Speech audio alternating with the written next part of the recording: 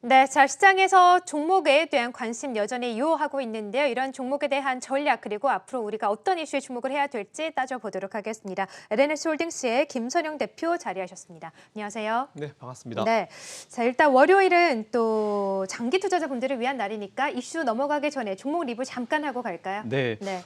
일단 수익 중인 종목은 굳이 뭐 리뷰할 필요 없을 것 같고요. 네. 손실 중인 종목 지난 금요일 기준으로 손실 중인 종목 세 종목을 리뷰해 보겠습니다. 첫 번째 ICD인데요. ICD 같은 경우는 지난주에 시장이 밀릴 때 같이 좀 밀려 내려왔습니다. 근데 지난주 금요일에 양봉 만들었고 오늘도 양봉이 만들면서 추가로 반등이 나오고 있는 상황이고요. ICD는 여전히 뭐 신규 매수 추가 매수 가능 의견 드리겠습니다. 두 번째로 셀트리온 헬스케어인데요. 셀트리온 헬스케어가 이제 지난주에 이제 합병에 대한 얘기가 네. 구체적인 청사진이 나왔습니다. 오늘 초반에 좀 좋은 모습 보였다가 지금 다들 좀 밀린 상황인데 네. 뭐 굳이 밀린 것과 상관없이 이미 청사진이 나왔기 때문에 앞으로의 어떤 주가 흐름을 기대해 볼 수 있습니다. 그래서 굳이 뭐 밀렸다 해서 매도하고 나가실 필요 없을 것 같고요. 셀트리온은 실적을 잘 찍어내는 숫자가 나오는 기업이기 때문에 조금 더 길게 중기 이상의 어떤 시각을 보시고 투자에 임해주시면 좋을 것 같다라는 말씀드리고요. 마지막으로 SK 바이오팜. 일단 금요일 빠졌고 오늘도 0.95% 정도 밀리고 있습니다. 일단 본 종목 같은 경우는 신규 매수는 좀 당분간 금지하시고요. 저점 확인 후에 제가 다시 이제 턴어라운드 할 때 다시 추가 매수, 신규 매수 의견 드릴 테니까 일단 SK 바이오팜 보유하고 계신 분들은 그대로 홀딩하시고 신규 매수는 최대한 자제해 주셨으면 좋겠다라는 의견 드리겠습니다. 네, 자, 지금 장기 포트 안에 있는 종목들 중에서 좀 손실이 난 종목들 빠르게 좀 리뷰를 한번 해봤고요. 이슈로 넘어가 보도록 하겠습니다. 지난주에 너무나 죄송하게도 또 말을 또 다 못 마치고 가셔가지고 굉장히 죄송했는데 오늘 지난주 금요일에 한 이슈를 좀 다시 한번 되짚어보고 넘어가 보도록 할게요. 네, 다시 지난주에 일단 뵙겠습니다. 시장에 왜 빠졌는지 이유를 좀 열거를 해주셨었잖아요. 네, 지난주에 네. 일단 제가 시장이 빠진 이유는 총 6가지 대주주 양도세 그리고 신용융자 잔고 외국인들의 FHT 그리고 연기금의 자산 배분 전략에 따른 차익 실현 그리고 추석 전 자금이 빠져나가는 부분 그리고 보스턴 연은 총재 발언 총 6가지를 말씀드렸고요. 지난주 금요일 날 3가지를 했고 3가지를 못 했는데 네. 일단 앞에 3가지를 뭐 프리비어슬리 느낌으로 좀 빠르게 한번 살펴드릴 수 있도록 하겠습니다. 예. 대주주 양도세 과세 대상 확대. 그러게요. 정말 뜨거운 감자입니다. 네, 사실 이거 네. 제가 진짜 나서가지고 청원글을 쓸까라고 굉장히 고민을 했는데 보니까 굉장히 글을 정말 잘 써주신 한 분이 계셨고요. 그분이 네. 이미 청원이 10만이 넘어갔기 때문에 굳이 우리가 활약을 뭐 나눌 필요 없을 것 같고 아직 청원 못하신 분들은 찾으셔서 꼭 청원을 해주셨으면 좋겠습니다. 자, 오늘은 제가 이게 양도세 이슈를 제가 매주 나와서 왜 이걸 하면 안 되는지 이유를 좀 말씀드리겠다 설명드렸는데 오늘은 4가지를 한번 준비해봤습니다. 첫 번째, 일단 대주주 판단 기준 자체가 나를 제외하고 이제 우리 가족들을 모두 다 포함하죠. 보시면 그쵸. 제가 준비한 내용인데 양쪽 다 포함시켜가지고 정말 많은 가족들이 포함이 되어 있습니다. 네. 이거는 뭐 솔직히 얘기하면 현대판 연자제라 불려도 과언이 아닌 어떤 부분이고요. 두 번째로 과거에 종합부동산세 자체도 세대별 합산의 개인 행복 추구권을 위배된다는 얘기가 나오면서 위헌 판결이 나온 적이 있습니다. 뭐 종합부동산세도 그랬는데 뭐 굳이 대주주 양도세가 그러지 못할 이유 없을 것 같고요. 세 번째는 종목 관련 얘기인데 SK바이오팜 여러분 잘 아실 겁니다. 많은 직원들이 이제 스톡 옵션을 받게 됐는데 네. 그 직원들이 이제 3억 이상이 넘어가게 되면 이제 그러게요. 그렇죠. 네. 내년에 이제 대주주가 되기 때문에 네. 그것 때문에 회사를 나가야 되냐 마냐라고 고민하는 직원들이 네. 실제로 있습니다. 이런 문제가 왜 안 발생하겠습니까? 이건 굉장히 심각한 문제라고 보실 수 있을 것 같고요. 마지막 4번째, 사실 이게 제일 제가 오늘 좀 여러분들께 강조드리고 싶은 건데 네. 2018년도 2월 달에 기재부가 당시 어떤 게 있었냐면은 과세 대상 외국인 대주주 기준을 기존의 25%에서 5%로 바꾸겠다라고 얘기가 나오면서 외국인 투자자들이 셀 코리아를 하겠다라고 엄청나게 반발했습니다. 그랬군요. 결과는 연기가 됐거든요. 네. 외국인 투자자들 반발로 인해서 연기가 됐는데 우리가 외국인 투자자보다 못할 이유는 없을 것 같아요. 이에 네. 따라서 사실 이 정도 4가지 이유 정도 말씀드렸으면 대주주 양도세가 조금 2023년에 오히려 아예 종합 그 주식 관련 세금으로 합쳐지는 방안도 괜찮을 것 같다라는 말씀을 다시 한번 강조를 드리도록 하겠습니다. 네. 대주주 양도세 이슈 이 정도로 정리하면 될 것 같고요. 신용유자 잔고는 제가 지난주에 말씀드렸던 것처럼 최대한 신용은 자제하시되 신용을 사용하시게 되더라도 비율을 잘 맞춰서 이제 부담스럽지 않은 한도 내에서 신용을 이용하시는 게 좋을 것 같고 사전의 공부는 필수입니다. 친구 따라간다고 무조건 따라가면 큰일 납니다. 친구는 아는데 나는 모르면 매도 언제 해야 될지 모르기 때문에 그 네. 친구가 여러분들 계좌를 책임져주지 않습니다. 그렇기 그쵸, 때문에 비투 금지. 충분히 네. 공부를 하시고 나서 비율에 맞춰서 무조건 많이 하는 게 좋은 게 아니고요. 비율에 맞춰서 하시면 좋을 것 같다는 의견 드리고요. 네. 세 번째로 외국인들의 단타 매매. HFT 이거 같은 경우는 제가 말씀드렸던 것처럼 이제 143 마이크로세컨 초로 환산하면 0.000143초에 한 번씩 거래가 되는 외국인들의 알고리즘 매매, 우리 개인들이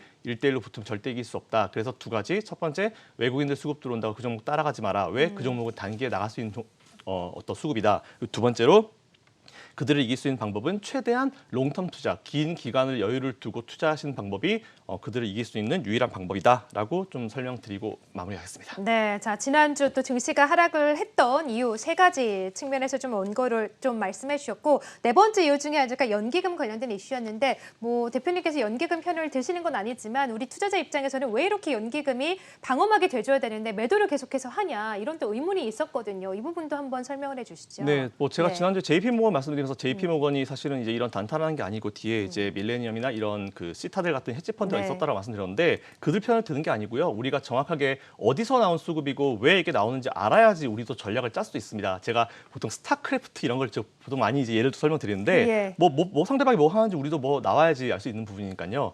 일단 앵커님도 잘 아시겠지만 제가 예전에 이제 연기금 관련 방송을 한 적이 있습니다.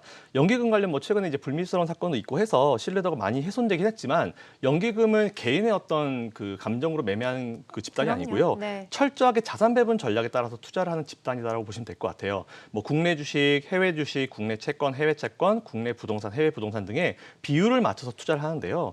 현재 연기금의 국내 주식 투자 비율 목표는 17.3% 정도입니다. 따라서 저점에서 매수를 한 한국 주식이 수익이 나서 이제 비율이 다른 자산에 비해서 빠르게 올라가서 네. 이제 비율이 17.3%가 넘으면은 넘는 비중만큼은 매도를 해서 덜어내야 됩니다. 비중을 무조건 맞춰야 되기 때문에 그렇죠. 어쩔 수 없이 매도를 해야 되는 입장인데요. 제가 준비한 자료 한번 보시죠. 보시면은 빨간색 네모 박스칸이 지난 3월 달입니다. 검은색이 지수고요. 보라색이 연기금의 매수 추세라 보시면 되는데 네, 빠졌을 때 많이 들어왔네요. 네, 맞습니다. 네. 어쨌든 연기금이 있는 가장 큰 이유는 일단은 우리나라 지수의 어떤 방패막이를 해주는 역량이다 보시면 될 것 같아요. 그래서 과거 2003월 달에 급락할 때 연기금이 이 정도로 매수가 들어왔고 제가 항상 포인트로 잡아드리는 2100에서 2200포인트 사이가 되면 연기금은 매도를 하는 포인트다라고 말씀드렸는데 딱 네. 그 포인트에서 연기금이 매도를 시작했다라는 그쵸. 부분 보시면 될 것 같아요. 이미 네. 지수가 2400포인트 올라왔기 때문에 연기금의 매도는 당분간 이어질 수밖에 없다라는 부분을 좀 체크를 하시면 도움이 되실 것 같습니다. 네, 그렇습니다. 이렇게 빠졌을 때 연기금이 들어왔고 그 이후로 지수가 좀 급등했기 때문에 비중을 좀 조절해야 되니까 연기금의 매도는 좀 어쩔 수 없다라고 말씀해 주셨고 자, 이와 함께 개인들의 매도 물량도 좀 있습니다. 그동안 지수를 좀 방어하면서 꾸준하게 매수를 해왔지만 추석을 앞두고 또 말씀해 주셨던 대주주 양도세 부분도 앞두면서 좀 매도 물량이 좀 나왔었는데 이 부분도 시장의 하락 원인이 좀 됐겠죠. 네, 뭐 추석 포함해서 뭐 설도 마찬가지고 명절 되게 되면 항상 이제 개인들이 매도를 좀 한 부분이 있는데 네. 제가 준비한 자료를 한번 보시죠. 이거는 작년의 명절 시기에 개인 매매와 지수를 같이 표시한 건데요. 설 추석이네요. 네, 맞습니다. 네. 주황색은 개인이고 지수는 까만색이라 보시면 되는데 예. 어쨌든 간에 보시면은 이렇게 특정 시기에 일반적으로 개인들이 좀 나갔다가 지수도 같이 좀 이제 장기적으로 밀리는 영향이 항상 나왔습니다. 그렇기 때문에 이것도 여러분들이 명절 되면은 지수가 좀 빠지는구나. 특히 올해 이제 3월 달부터 주식 시작하시는 우리 주린이 분들이나 처음 개인 투자를 시작하신 분들은 사실 맞는 처음 명절이거든요. 그래서 이런 케이스가 있는지 모르고 네. 계실 수가 있어서 제가 참고만 하시라고 간단하게 한번 준비를 해봤습니다. 네, 그렇군요. 자, 그러면 이제 시장이 좀 조정을 받았던 마지막 이유 함께 들어보도록 하겠습니다. 시장이 딱 조정을 받았던 게 딱 페드가 평균 물가 목표제를 좀 발표를 하고 FOMC 이후부터 약간 좀 흔들림이 있었던 것 같아요. 여기에다가 이제 보스턴 연은 총재가 시장 또 경제에 대해서 좀 덜 낙관적으로 얘기를 하다 보니까 더욱더 출렁거렸는데 이 부분도 한번 짚어볼까요? 네, 사실 네. 이거를 이제 뭔가 특집으로 해서 얘기하면은 굉장히 재밌는 주제가 되는데 일단 네. 보스턴 연은 총재님만 제가 뽑아서 여러분께 설명드릴게요. 아시는 대로 이제 굉장히 많은 연은 총재님이 계시고 그중에서 이제 FOMC 위원이 있고 선거를 할 수 있고 투표를 할 수 있는 분과 없는 분이 나눠지거든요. 일단 로젠그렌 보스턴 연은 총재께서 미국 경제에 대한 전망은 동료들보다 다른 연준 총재들보다 좀 덜 낙관적이다라는 말씀을 하시면서 지난주에 우리나라 증시, 미국 증시가 많이 영향을 받았는데 사실 이분은 연준위원회에서 대표적인 비둘기파라 보시면 됩니다. 오, 네. 그리고 제가 연준위원분들 멘트 중에 사실 가장 신경을 쓰는 한 분이라고 보시면 될 것 같은데요. 네. 정확하게는 비둘기파로 분류되는 중도파다라고 좀 생각해 주시면 될 것 같습니다. 정말 나이브하게 얘기해서 지를 때는 확 지르고 접을 때는 미리 먼저 멘트를 하시는 분으로 굉장히 유명한 분이다라고 네. 좀 체크하시면 될 것 같고요. 그래서 제가 굉장히 좋아합니다.